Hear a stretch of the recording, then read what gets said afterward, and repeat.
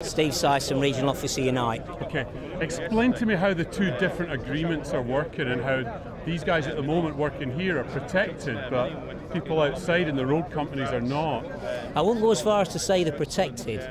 On these sort of sites, they work under the National Engineering and Construction Agreement. But people like Balfour Beatty, SPE, WHS, they send their employees here to work on this site under that national agreement. The intention is for the JIB to introduce a new agreement, and once that agreement impacts on those members and they introduce an installer rate, which is a less rate of pay for skilled work, really, that will then spread onto these sites. And our concern obviously is with employers. If the employers then choose or feel that there's a way into national agreements by giving this 90-day notice and dismissing people, they'll try and bring it here. So we really need to support our colleagues on this and make sure that these agreements are upheld and we can stand this pressure.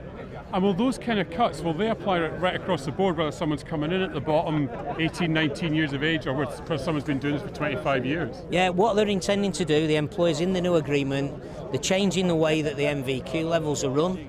And MVQ levels will only be run to level 2, and it'll be down to the employer whether that employee actually gets an opportunity to go and take MVQ level 3. So there's an instant de-skilling in the younger people coming in, and it's going to be down to the employer to make that decision. Whereas now those decisions are joint decisions on training, and that's a big change.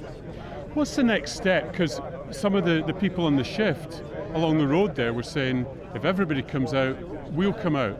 What's your job now to try and organise any of it? Well, our job, obviously from our point of view, we're looking at the national agreement for the JIB, and we're looking to try and organise a ballot within that. That's what the national office is saying, that if we can get the membership right and get it sorted out, we'll ballot those members.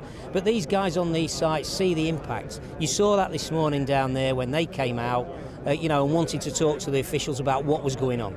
And it's just a case of getting the message over to these guys. And if the impact is coming their way, and my view is that it will, you'll see a different reaction from these lads. Is there enough time though? Because you've got until December.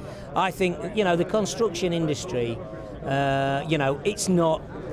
it's well versed in the adversity that comes from it. We've had all the discussions last year and the year before on the impacts of non-UK labour coming in. These guys are well organised, and this message gets around fast. So my message to the employer would be, think again before you do what you do. Okay.